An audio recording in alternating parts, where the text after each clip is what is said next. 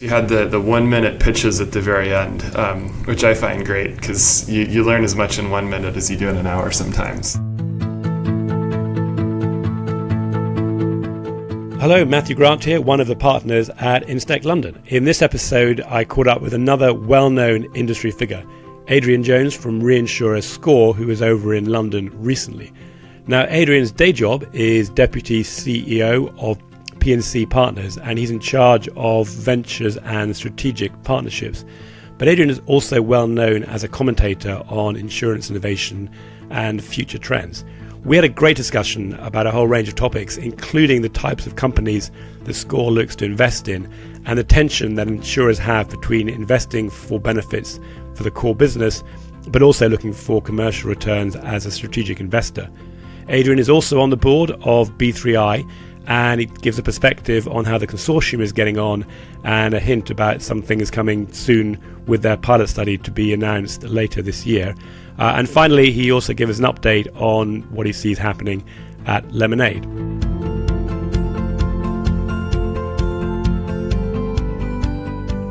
Adrian, it's great to see you again. We're here in London. You're based in Paris. What brings you over to the UK this time?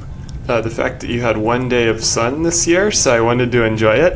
And I spent the evening of that day of sun at your event last night, actually. So it's good to check in on what people are doing around these parts. Great. Well, you've had some pretty hot weather in Paris, so I think you've now jinxed us because it's now a cloudy day in London again. But anyway, let's talk a little bit about you, and we're kind of very interested to hear what's been happening at Pnc Adventures. So you started your career at Bain, you did about 8 years there. You then went to RenRe, and then on to SCOR. Now, most people don't start their careers planning to go into insurance unless they've got family members doing it. So what was it that took you from Bain into RenRe?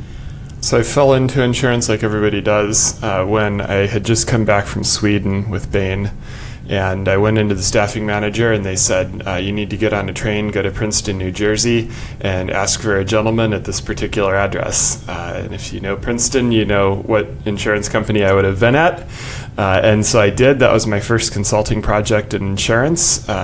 From there, I did a couple of other consulting projects and eventually in 2010 decided it was time to go somewhere else. New York was a pretty miserable place in the immediate post-financial crisis world, and so I decided to go to Bermuda and join RenRe as head of strategy there. 6 years there, and I decided that I had enough of a tropical island, so it was time for some foie gras and wine, and ended up in Paris.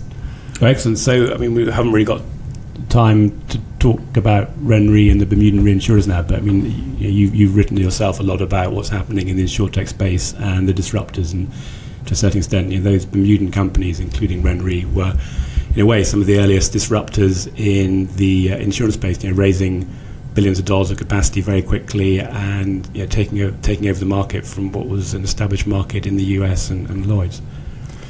Yeah, and in fact then continued to drive that disruption as third-party capital came in. And those who, among the Bermudians, those who embraced the third-party capital movement ended up doing reasonably well, and they're still around. And those that did not are gone. And in fact, if you look back to the immediate class of '06, something like 10 of the 16 major reinsurers at the time have disappeared or have been acquired or are otherwise no longer independent companies. So reinsurance is a great example of a disruption that actually has happened, and you see the results. Only a few of the strongest companies survive. Yeah, and I think you've written an article about that on LinkedIn as well, so if anybody wants to discover a bit more about what Adrian's view is on that, then you can check it out. So then you went to SCOR in 2016, and a year later you set up Pnc Adventures. Was that something the company asked you to do, or did you just see an opportunity and take on your own initiative to set it up? So that was the early days of insurtech. The word had only been coined a year previously. And I saw a number of companies which were doing a lot of really interesting things. And I said, we need to have a way of actually engaging with these companies. And so I said, I've seen how a ventures playbook works. It can work very well. Here's how we would do it, and put together the proposal to make it happen. And we did our first deal in 2017. And how easy or difficult was it to convince the management to set up? Because that's quite a big commitment to set up a separate investment fund for a reinsurer. It is and it isn't. The key is to do it in a slow, controlled manner. So we did not go out and set up a giant unit and hire 100 people into it and try to take over the world. We did it in a very slow, controlled way where we said, let's actually get in and just do a deal and see how it works and see if we have something here. And once we did that and we discovered actually we have a service and some capital which is very beneficial to startups and we have a particular way of doing it which can work for us and for them, then it just made sense to keep doing it more and more. And so I gradually sort of transitioned my job from being head of strategy to running the ventures activity. And every day I was just spending more and more time on ventures, and that's really how it happened. So we didn't hire our first person into ventures full time until earlier this year. Good. Well, that's a classic case of somebody designing their own job, and clearly you must have been successful because then they gave you a full-time role running the one of the Pnc Adventures divisions. So, yeah, could you just talk a little bit about how SCOR sort of reorganized themselves last year into 3 business units and the part you're looking after yourself? Yeah, so we separated our insurance and our reinsurance businesses. They had previously been somewhat mixed. So we now have reinsurance, which is about 75% of our premium, and specialty insurance, which includes our Lloyd's Syndicate, our MGA business, and our business solutions business, which is about 25% altogether of our 7 billion euros of premium for the division. Then you have a whole number of things which operate cross-functionally, and they're not functions, they're actual business units. So a retrocession business, third-party capital, Pnc Adventures, underwriting management, alternative solutions, product development, all these sort of things were put under a group called Pnc Partners, which is run by Sylvie Van Viet, who's been with the company for a very long time. And so yeah, we are part of that because what we do and what's challenging about this job is the fact that we do operate across the various businesses. So that's what's challenging, but it's also why there's an opportunity because I believe that the magic happens when you combine knowledge and skills from multiple domains. That's when you can do really interesting, innovative things. Great. And then in terms of the objectives of the fund, you've written a very helpful LinkedIn article on this as well, called Building Insurance Futures SCOR PC Ventures Approach. But it'd be helpful just to get at a high level perspective, where is the sort of focus for you between a fund that you're actually looking to see returns from your investments in a pure financial way versus organizations that you see are going to be critical to or certainly very valuable to the growth of SCOR, both in what you're doing today, but also into some of the emerging risks you'd like to underwrite? Yeah, so that's the classic tension between strategic value and financial value. Let me tell you about how we think about that. First of all, we are doing this ventures activity because we believe that we are building the insurers of the future. By so doing, we will also build the reinsurer of the future. The insurers of the future that we're building can operate in a couple of different ways. One is we can simply back MGAs and carriers with strategic capacity as well as investment dollars or pounds or euros. Secondly, we are looking for technologies which can help make SCOR a better underwriter. So we exist in the world of aggregated risk. There are some very unique challenges to that world. We're looking for solutions to those. And thirdly, we're looking for solutions for our existing clients and how we turn them into the insurers of the future. And so we're able to invest across all 3 of those theses. It's really the first one that we've been focused on so far, but this year we are broadening our focus towards the second and the third. And we found that with that first thesis, which is providing both the investment dollars as well as the capital to startup MGAs and carriers, we can align our interests both internally as well as with our client through balancing the 2 sides of that equation.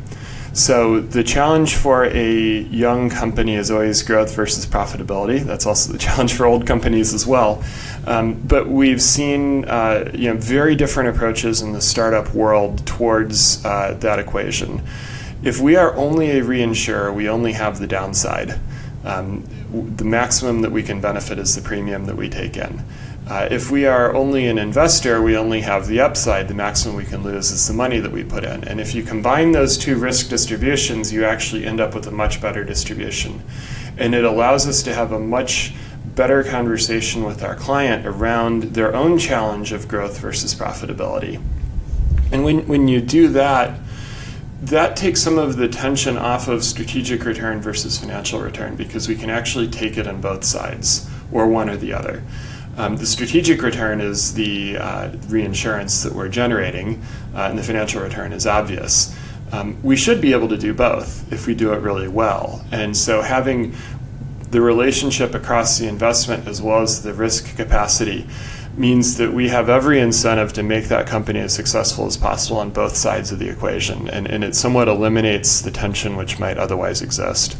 Yeah, so it sounds like you found a way to solve that problem that many insurance companies have, and I think this is one of the reasons so many find it difficult to innovate, which is people tend to be judged largely on short-term returns. Underwriters are judged on or paid on their short-term underwriting profit. You've got a mix of presumably some short-term but more longer-term objectives in there. I guess it's sort of early days yet, but early indications on how things are looking in terms of the companies you've partnered with or invested in?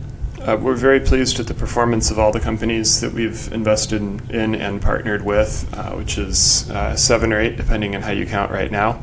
But it is very early days, and we have to be patient. It takes 3 or 4 years before you see real results. Anybody can go out and write a bunch of premium tomorrow and then discover that it's actually bad premium. So we want to be very patient with the companies that we're dealing with. My view is this is a little bit like a long tail line of business. It's more like casualty than it is property. But what I mean by that is it does take time before you see the real results. And frankly, we don't know. But we're very pleased with how things are going so far. Good. And you tend to keep it pretty close to your chest about who it is you're investing with. You certainly don't announce it on your own website, and certainly the research I've done, you couldn't easily find out who you're investing with. Obviously, that's intentional. What is the reason for not sort of be willing to disclose who you're already involved with? We don't necessarily feel the need to be honest. We try to trade on our credibility and the offer that we bring, which I described a few minutes ago. We don't necessarily trade on the fact that we were early investors in ABC or XYZ company, which is I find how a lot of venture capitalists market themselves, and that's how they're known. I'd much rather be known as someone who understands how the insurance business operates, who can bring the capabilities of a global company like SCOR to benefit a young startup operation, and who can structure a very good long-term relationship with that company. If I'm known for those things, then it doesn't matter anything else. Okay, and you tend to invest Series A, Series B. I don't think you do much on the sort of seed round of funding. The definitions are fuzzy, but we've probably done some late seed, you could say. So Adrian, we've talked a little bit about SCOR here. Of course, you yourself have got your own personal views, which may or may not represent what the company views are. So it'd be very interested to get some of what you're seeing out in the landscape for insurtech and emerging risks. So as you look out there the last few years, are there any companies, and recognizing this is not anything to do with companies you may or may not have invested in, but companies you've seen that you feel have been successful and are good role models for anybody else wanting to understand what success looks like in the insurtech world? Yeah, so thanks, Matt. As we talked, this is just personal views at this point. So I operate primarily in the MGA and carrier space, or at least have so far in terms of our investments. I think that there is a lot in that space, in part because those are businesses which generate a good recurring revenue stream and actually generate underwriting profitability. And if you know how to do that really well, I think there's no better business model in this industry than doing that. So companies which have done that particularly well, I'll give you one example, but everybody needs to follow their own path here, and what's right for one company is not necessarily what's right for another. So one of the companies which is disclosed, because I'm on the board, is a company called States Title. title insurance company in the United States, which is underwriting title based on artificial intelligence. They can deliver a curative free title commitment in a matter of 2 minutes rather than the typical 2 days to 2 weeks. Title is one of these lines of business which most people outside the US have never even heard of. It guarantees that when you buy land, you actually own the land that you think you own. It guarantees the title to that property. States started out as a carrier. They got proof of concept. They were able to demonstrate that this new way of underwriting actually worked. And they then said, well, what's the best way to scale this? And it turned out that the best way to scale it was to do an acquisition of an existing company, to get the infrastructure that would have taken years to build on their own, to get the licenses that would have taken years, to get the people. And so started looking at the list of what title companies were available and found one and actually made that acquisition in January of this year. So they went from being a very small startup operation to owning the number 8 title insurance company in the course of 2 years, from founding to where they are now. I think that that is an extraordinary accomplishment for them and for that team. I think it puts them on the map in the way that they wouldn't have been before, but it required betting the entire company on this acquisition and some extraordinary deal-making skills to actually pull it off. Because how do you, as a 2-year-old venture-backed company, go out and acquire a big incumbent? That's not easy to do. And so I think that people on the startup side need to be thinking really big about what they could potentially accomplish. And I think people on the incumbent side need to think about, well, what's in our closet? Meaning, insurance companies are a collection of all sorts of different businesses, and we supposedly generate value from the diversification. But at some point, you just decide there are some things in here which don't work. Those are things which we ought to think really creatively around. How do we turn this into a business? Can we spin it out into its own separate business? Can we sell it to a startup operator? Is there somebody out there that has a better use for this asset than we do? And that was the case with the title company that got acquired. And I think it's going to turn out to be a brilliant partnership between the seller and States Title as the buyer.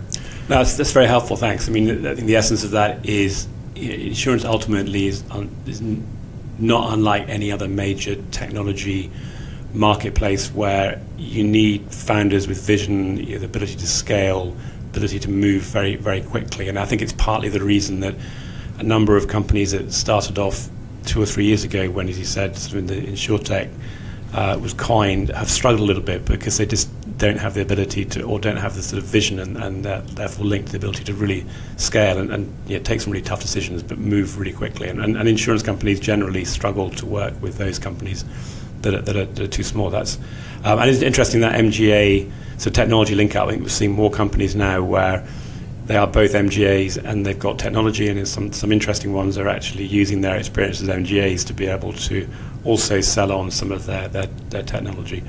Good. Well, I just wanted to talk about something else you're involved with, which is B3i, the Blockchain Consortium. We had a lot of talk about blockchain last year. We know there are some activities going on at B3i. I'm not aware of anything that's very explicit just now that they're working on. Is there anything you can reveal about what they're up to, or sort of where the focus of the aspirations is for 2019? Yes, I joined the board of B3i when we did the latest fundraise earlier this year. B3i has been a little bit quieter than they were last year because they have been entirely focused on developing the core initial product, which is a CAT XOL reinsurance placement product. I've seen the initial version of the product, which is going to be released to the people who are involved with it in a matter of a couple of weeks. It's an extraordinary product. They have put a tremendous amount of effort into it. We recently had a hackathon in Zurich where a group of about 40 insurers, reinsurers, and brokers went through and tested the product and sent more than 1,000 messages back and forth, ran several different treaties through the product. And, of course, there were some bugs, but they were all fixable. I think it's going to be a tremendous product. I think we're all very excited about it. And then, that the company will be expanding beyond that, of course. I think there's one additional thing which needs to be said about B3i. Although the B stands for blockchain, the company is not a blockchain company. It was initially formed as a way for a number of industry participants to explore blockchain technology, and it is still using distributed ledger technology, which is, of course, very similar, not exactly the same. But if you notice in the first press release announcing the funding, the word blockchain wasn't used. The point of B3i is not to be a blockchain company. It is to solve a really big industry problem, which is the inefficiencies which we have in the transfer of risk across the value chain. We believe that DLT could potentially be a solution, but what we're really focused on is how do we actually solve that problem. And in order to solve that problem, I believe that we need to have everyone in the industry involved in coming together for solutions to it. If every one of us just goes out and tries to solve it on our own, it will never be solved, because the problem is the interface between insurer, reinsurer, and broker. And therefore, we have to have everyone involved in solving that. And that's why B3i, having 17 insurers and reinsurers as its shareholders and its sole shareholders, I think is a very exciting initiative because their customers are their owners. We're all here. We're waiting for this product to come out. And like I said, I think it will be tremendous when it does. No, in this space of sort of platforms for reinsurance and efficient exchange of information between insurers and reinsurers, and obviously working with the reinsurance brokers, seems to be getting a lot more attention this year. And there's probably a dozen companies out there working in this space. Ultimately, it's probably not going to be one single organization that owns that space, but I think it's intriguing to see how that plays out over time. And so great to hear that that's actually now going to go to a pilot study, and I guess people will be able to get more visibility into that later on this year. Can I just comment on that? Yeah, I mean, I think the product, which should be ready for live testing at not live testing, but actually live, product going through it at 1/1/20. I think the product will be great. You're right that there are a whole number of initiatives which are out there, initiatives, companies, whatever. And the key is going to be that we design what we're doing in such a way that we can all work together. So all of the DLT initiatives in the industry are running on R3 Corda right now. So there will at least be a common transaction engine underneath. Then we need to make sure that there's a common data definition layer above that. And then people can build, where they wish to build, provided that it's all interoperable. And I think ultimately there will be several solutions which will all need to come together and speak in a common language in order to solve the problem. So it's part of the way of solving that you're creating another ecosystem. So B3i might create the kind of main sort of platform, but you'll enable people coming in who might have different ideas or just different options about how they do the user interface or specialize in certain businesses, and providing they're built on R3 Corda and they kind of use the same standards as what you're coming up with, then you're kind of open to people building separate products, albeit you don't want to be going off and doing it in a different language in a different continent, in a different island, and the two can't talk to each other. Yeah, the key is that they're interoperable, they're built on similar technology, and ideally we don't have multiple parties trying to solve the exact same part of a very big problem. Good. Well, just moving on to a separate area, you and Matteo Carboni, you've written a few articles now, I think, about the financial results of Lemonade. You had Metromile in there. You had Root. Again, I think these are written as Adrian Jones as an individual rather than representing SCOR. But yes, some very sort of thoughtful commentary in there about, I suppose, just reflecting some of the challenges and asking some pertinent questions about, at what point does a startup no longer become a startup? At what point should you start to be looking at financial results that are actually commercially acceptable, as opposed to it's just initially it's a growth for revenue. How do you think these companies are doing now? It's about a year ago, I think, since you wrote these articles. But are you seeing continuation of a theme, or anything else you want to comment on about what you've seen since then? Yeah, so we didn't publish for the first quarter of this year, but we did publish on Matteo's page an annual review last year. I think that if I comment again, just as my own personal opinions, I was very impressed by the post that Lemonade put out where they actually went into detail on their financial numbers for the first time and said where they felt like they were doing well and where they weren't and why they felt like they were going to do better. This isn't to say that I agreed with everything that was in that post, but I felt like it was a much greater level of maturity than we've seen from most startups in terms of addressing the numbers, because the numbers are publicly available, and I think that people who study this industry should understand them and be aware of them. So I was very impressed with that. I think it will become harder and harder as you go along to take out each incremental point on the loss ratio. So, we're not there yet. There's still a lot of hard work to do. And it gets harder as you go along, not easier. But that said, I think that they have shown a nice improvement from where they initially started out. And I think that's really to be commended with more work to do. Good. So can we look forward to the next round of reviews from you and Matteo at some point in the near future? A lot of people are looking at these numbers right now, and Matteo and I just need to decide how we would do it in a manner which is differentiated and insightful now. Good. Well, I know a lot of people comment on the last one, so I'm sure you've got a very receptive audience out there just waiting for your next opinion. So just actually on that topic of articles, we're talking now. We bumped into each other at a few conferences. You came along to our Instech London event last night. I mean, how do you balance all that time of being out there publicly, putting some thought leadership out there, and then just doing the day job? Well, your event was great because it's short and sweet. There are 7-8 people that spoke over the course of an hour, probably. And then, of course, you had the 1-minute pitches at the very end, which I find great because you learn as much in 1 minute as you do in an hour sometimes. It's tough because I spend a lot of time on the road. I've been, in the last 2 months, to San Francisco twice, South Africa, Asia, Zurich, Milan, here, New York. So yeah, it's a lot of time on the road. One of the things I do with conferences is I limit myself to one conference a quarter, because otherwise you can spend all of your time at conferences and you end up not having the time to actually properly prepare and follow up. It's a lot of work to get the proper meetings scheduled, and it's a lot of work to make sure that you're following up properly. So I self-impose that limit. It's not easy because we're a really small operation. It's just a couple of us. And we're trying to support both SCOR internally and help to drive that internal culture change.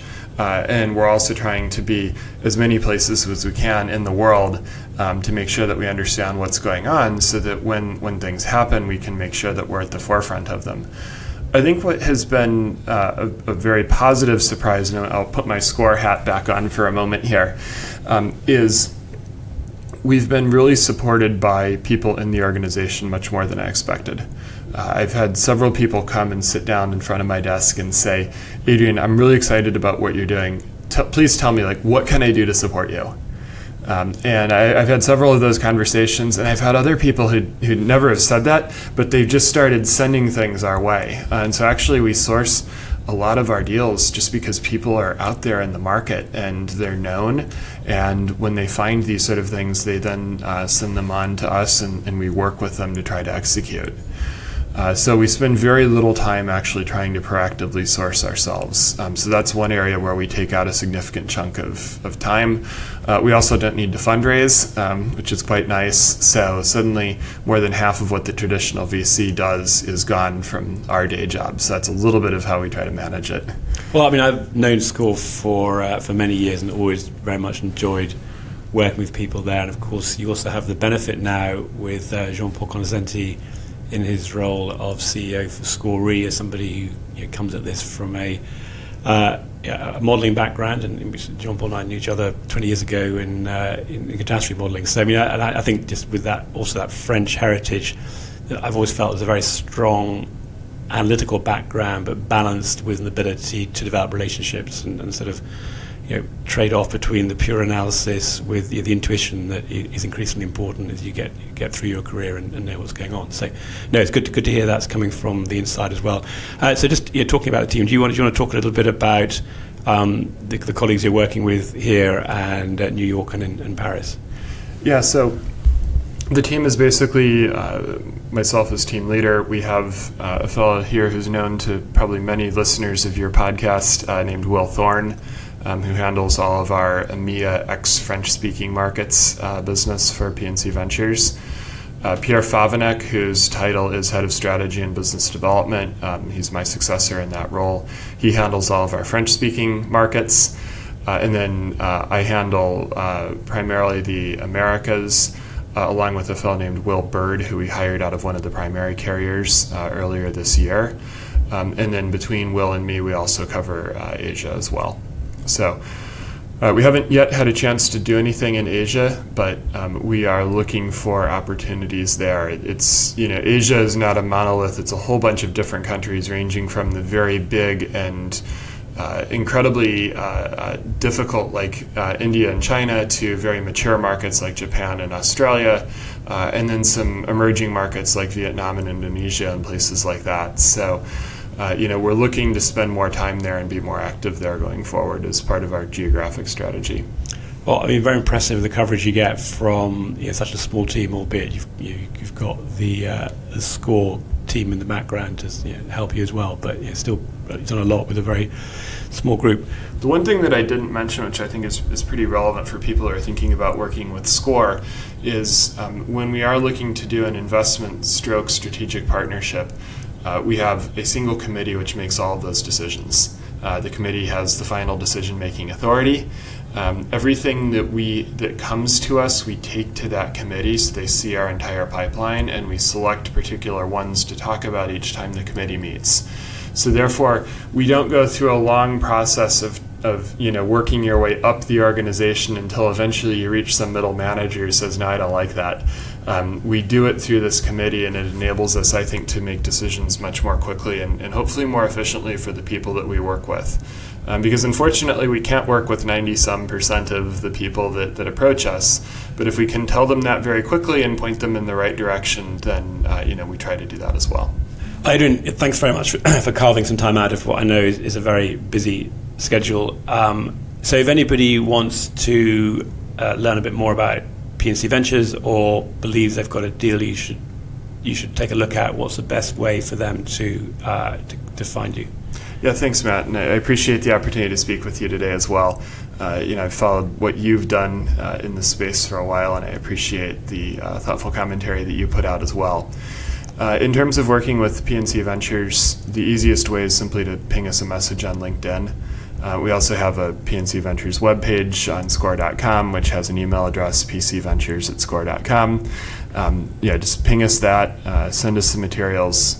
We pride ourselves on being able to, if it's not something that we're able to work with, we pride ourselves on being able to very quickly say that it's not. And if it is, then working efficiently in a centralized and local manner towards getting some sort of resolution. But it's been fascinating talking to you. You've given some hints of things to come and look out for in the near future. So perhaps we can get together again in a year's time, and lots of interesting things will have happened then. We can pick up on. But thank you again, and I hope the rest of your trip in London is a success, and the sun is shining for you back in Paris when you get back. Thank you. Thank you, Matt. So we covered a lot in our relatively short discussion. If you'd like to learn more about Adrian's views, I thoroughly recommend his articles, which can be accessed through LinkedIn. We'll reference a couple of the ones we talked about in the episode notes. You may also want to take a look at our other podcast episode for more in-depth interviews with other industry leaders, as well as our lively discussions recorded live at the Steelyard for our Instech London evening events. If you'd like to join our community, or even just curious about what we're up to, take a look at www.instech.london. Maybe you too could be a featured guest at one of our events or on our podcasts.